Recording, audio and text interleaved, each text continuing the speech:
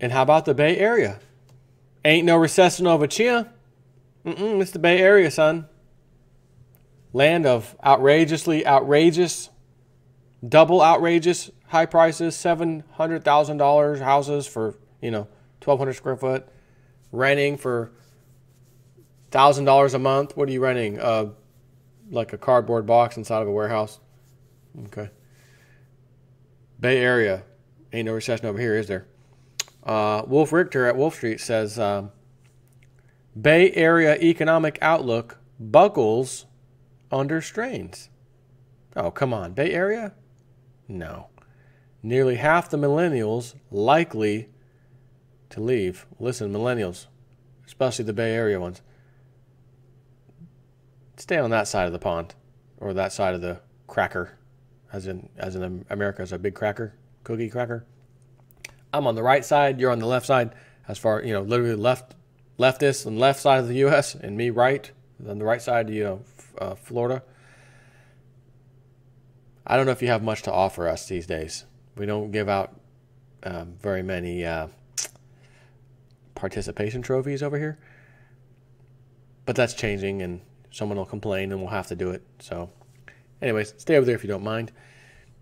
Confidence in the economy of the Bay Area has plunged, according to the annual Bay Area Council poll of voters in the 9-county area. The respondents would be considered privileged based on their income in most parts of the country. 54% made over $75,000 a year. 26% made over $150,000. Another 17% refused to give income data. Only 18% made less than $50,000, and 3% were unemployed. But in the Bay Area, they're fairly typical, struggling with the 3 top issues: cost of living, cost of housing, and infernal traffic, as he calls it. And they're getting dour about the economy and antsy about bailing out. Even though the Bay Area economy has been booming for years, the people are seeing a chilling reality. Looking back, only 31% said the economy was doing somewhat or much better than 6 months ago, which is down from 53% in 2014. So 3 years later, only 31% say that now. 3 years ago, 53% said that. Houston, we got a problem. Their perspective on the near future looks, as the report put it, similarly dour. Economy will be doing somewhat or much better 6 months from now. 2014, 50% agreed. 2017, only 24% agreed. Where is the optimism of the youth? Millennials, more on them in a moment, were even less confident in the local economy than older generations. And more of these folks are seeing some dark clouds. Concern about a future economic downturn also intensified this year, with 45% of voters saying that the Bay Area will experience a significant slowdown sometime in the next 3 years. That's up 8 percentage points from 37% last year. In more granular detail, 15% expect that significant economic downturn within the next year. Another 30% expect it within 2 to 3 years. In total, 45% see that threat on a 3-year horizon. The report hammers home the point. Weakening confidence in the region's economy is consistent with softening attitudes about the overall direction of the Bay Area. The poll found a significant drop since 2014 in the number of people who think the Bay Area is headed in the right direction. In 2014, that number was 57% compared to 42% today. And the percentage of those thinking that things in the Bay Area are going pretty seriously off on the wrong track rose sharply over the past 4 years, from 27% up to 42%. So let me stop for a second. That's the Bay Area. If there's one place in this country that should kind of weather things, is the Bay Area not one of those places? that should just do, expensive stuff out there. There's tons of people out there. And when you have tons of people, isn't that automatically helping stimulate the economy to some kind of extent? The more people you have, the more you have to deal with, the more services you need, the more food, the more everything, shopping. I mean, more everything. I guess not. So my next question would be, if the Bay Area is running these polls and that's what they're finding, how about some other parts of the country? Matter of fact, up and down both coasts, which you kind of covered it with California over there in the Bay Area, but up and down the East Coast, from New York down to Florida, I would be willing to bet you'd find the same results as this, the same poll, similar results. Not the same, but similar, close. Why? Because I've got massive data that I've been studying forever, and in recent times, as in the last 3 months, this year, 2017, I've had more data come my way, hard data, than I could care for. As the old timer said, more data than you could shake a stick at, much less lick it. And that data is telling me this isn't a Bay Area problem. Are housing prices just super high in the Bay Area? No. Housing prices are super high everywhere in the flipping country, except for maybe Alabama. You look at Alabama and everything seems kind of reasonably priced. You can get some land with a house on it, good amount of land, a few acres, nice house. Really, really inexpensive. But again, there's always the exception to the rule. And there's maybe 1 or 2 other states that are kind of like Alabama. What about the rest of us? There's 50 states here. So let's take 3 of those away. We got 47 states, super high housing, pension problems left and right, grossly overvalued stock market, grossly overpriced cars. Remember, 2008 pickup truck could be bought for brand new $28,000, $30,000. Today, it's $50,000, $55,000. Same truck, basically, just 8, 9 years later. Again, housing, rental prices for housing, got the cars, inflation in other areas, food prices, other things. This is not only a Bay Area problem, but the fact that they did a little poll over there, which tells me what I would normally assume for the whole country, that's why I'm doing this video. This is not, it's just Bay Area people. If you live in the Bay Area, I got some bad news for you. No, the Bay Area is helping me tell everyone else we all have bad news. We're all getting bad news today. How could things go wrong despite all the money running amok? The 3 biggest culprits are cost of living, housing, which is part of cost of living, and traffic, which surged into 3rd place from an also ran 4 years ago. Whatever. In short, the cost of living and traffic are insane. Quote, "We are playing a risky game with the Bay Area's golden goose," said Jim Wunderman, president and CEO of the Bay Area Council. "There is an unquestionable link between our housing, traffic, and cost of living issues and plummeting confidence in our economy. We're making it harder and harder for the next generation of leaders and workers to live here, and it will have serious consequences." Well, Jim, that's correct. Because those who you refer to as future next generation leaders and workers, forget the leader part. Forget the leader part. Get that out of your sentence. The next generation of workers are becoming few and far between because they are holding the big giant boulder, California pension CalPERS, retirement bonus. I worked the last year of my life. I put in massive overtime, got massive different jobs, side jobs that all contributed to how much money I get in my pension. My final year, I was supposed to get $80,000 a year, and now I've got $120,000 coming in because of what I did my last year. And it's my money, and I deserved it, and I need it now, and I want it. You promised it to me, and I want it. And they're looking over at you with this gigantic, enormous boulder crushing your back, destroying the bones, your spinal cord is snapped. And they're telling you, get your ass up now. And you pick that boulder up and you keep going because that's my money and I deserve it. But no one told us we had to allow this little loophole where you get to work a whole bunch of hours, 1 year of your whole life, and then that becomes your final salary forever for your pension. And we got to foot the bill. So Time to get lost. I told you before, get the hell out of there. California and any other area that's doing that, get the hell out of there. Dallas Pension Fund, get the hell out of there. The poll found that 76% of the voters considered the Bay Area's housing problems a threat to the local economy. And who is bearing the brunt of it? Millennials and those who have lived the fewest years in the Bay Area appear to be feeling the pinch the hardest.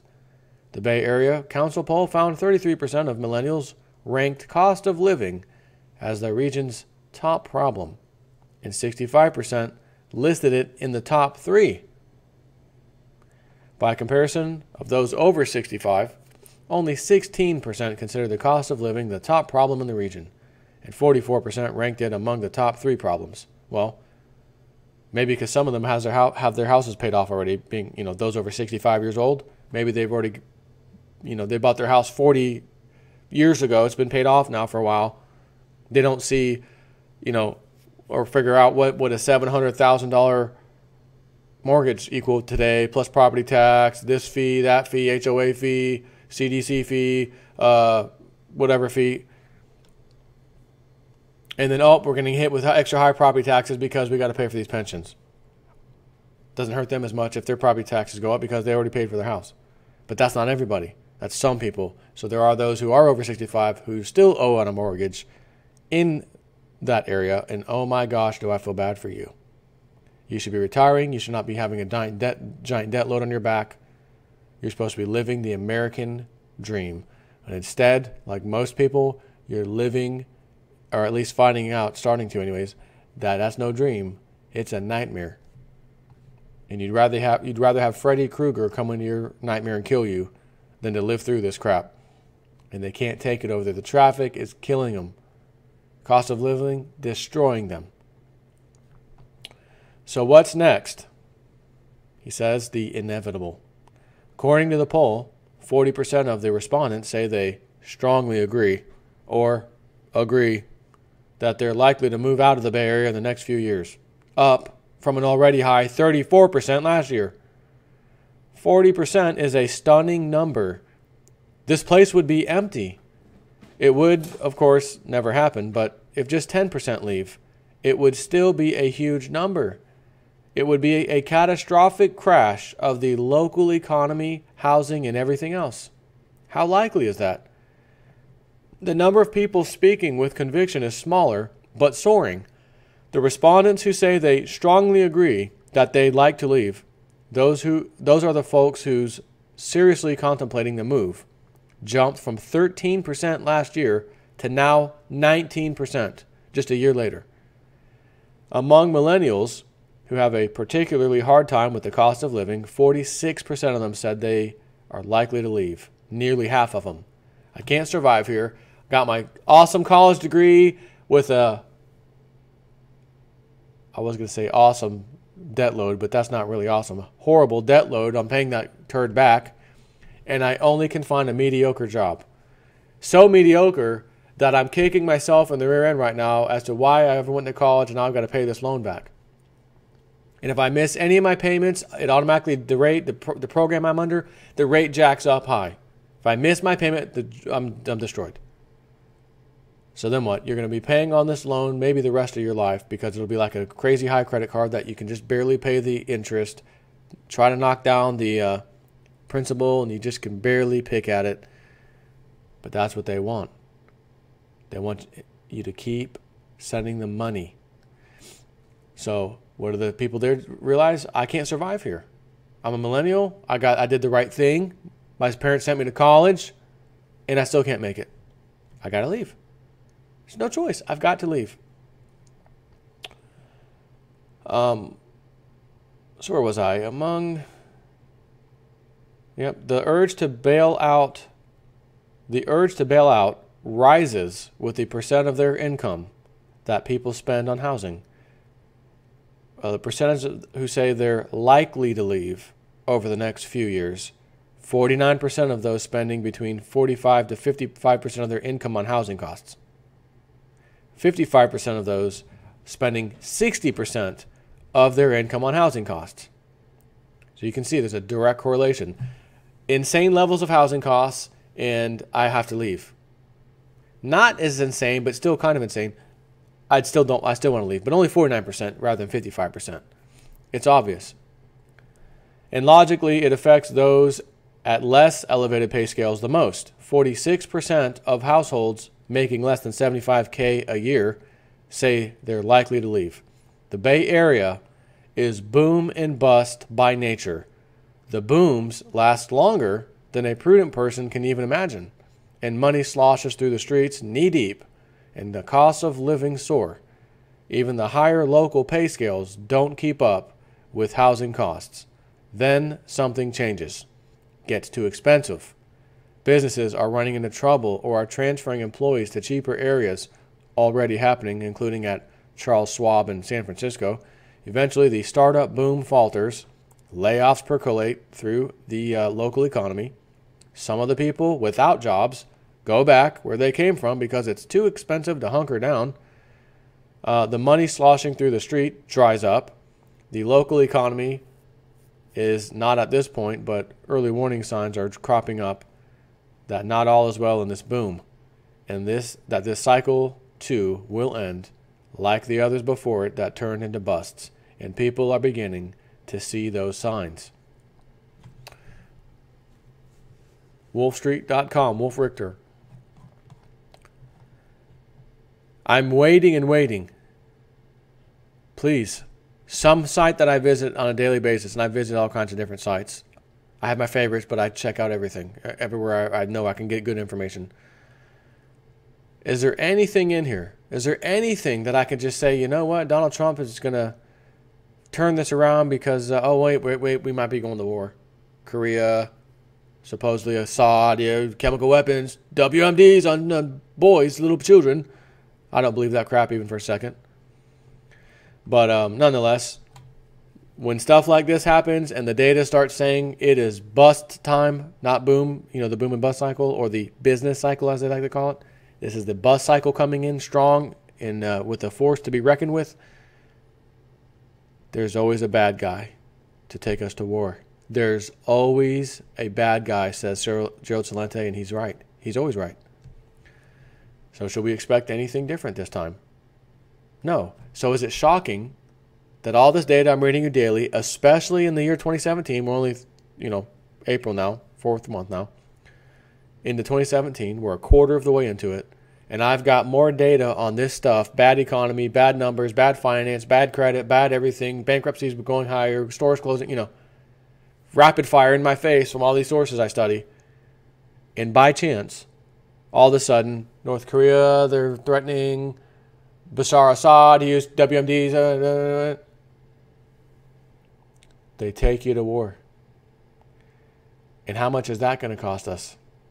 Don't even want to know. But I shall still give you the news whether you like it or not. It is what it is. Take care.